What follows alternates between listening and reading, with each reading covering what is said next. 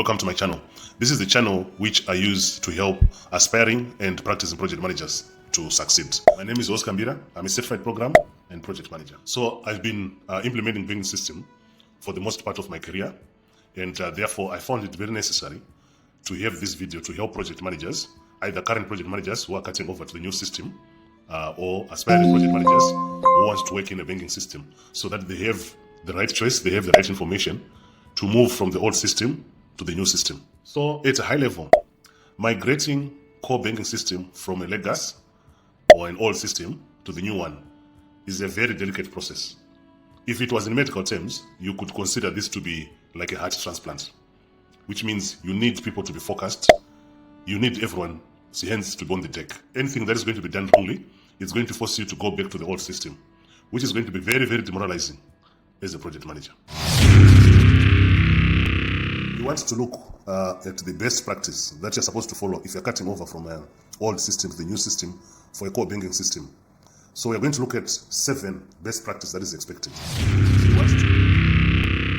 So the first one is to minimize transaction activity during this period. That is the best practice. So you must make sure that you minimize the number of transactions that are coming in case there's a need to roll over, in case there's a need to do any reconciliation, and also the posting of transaction. You don't want the posting of transaction to take 2 or 3 days, because there's no way the system is going to be open while these transactions are still coming in. Otherwise, it might lead into overdrawing of accounts, which is not expected.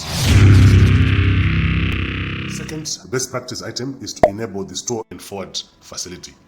The advantage of storing and forward is it will store the original message, transaction message, and then it will repost the original transaction message into the core banking system.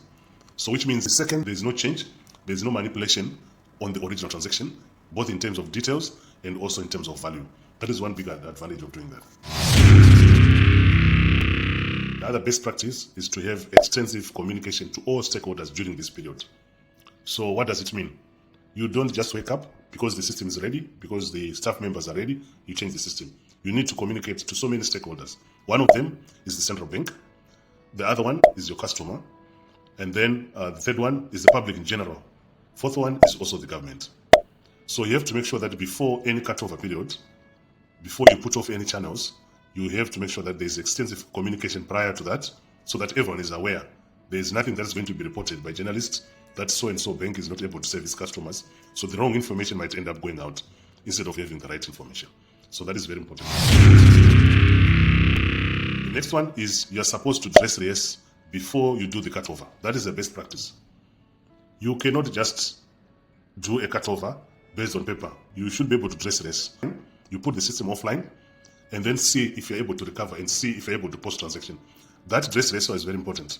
It must be done before. You can even try it 3 or 4 times. It's better than just to do it twice. And the next best practice is to make sure that when you're bringing the channels up after go live, or when the new system is up and running, make sure that you're doing it in a controlled manner. Don't bring up all the channels at once. Bring them one by one. You have a short period of monitoring, for example, 1 hour, 20 minutes, 40 minutes. It all depends. You have some time to monitor the specific channel before you open the next one. Then you open the next one again, like that. That is the best practice. Don't open all the channels at the same time. It's better to have a controlled approach where you know if this channel is giving this specific performance, then you can try to fine tune it in such a way that it progresses. Then the next best practice is to make sure that the post support or the post go live support after cutover is very intensive. This is like a hypercare of the patient, if I can use another analogy from the medical field. You don't just allow your patient to just go home. You also want to make sure that you monitor, everything is okay, you get feedback. So once the system is up and running, give it some time to monitor, especially in terms of performance, customer complaints, and so on and so forth. So that is also one of the best practices that you should implement when you're cutting over a core banking system from old system to the new one. If you want me to do any additional video based on what we have discussed earlier, or if you have got any questions or clarifications, let me know in the comment section below.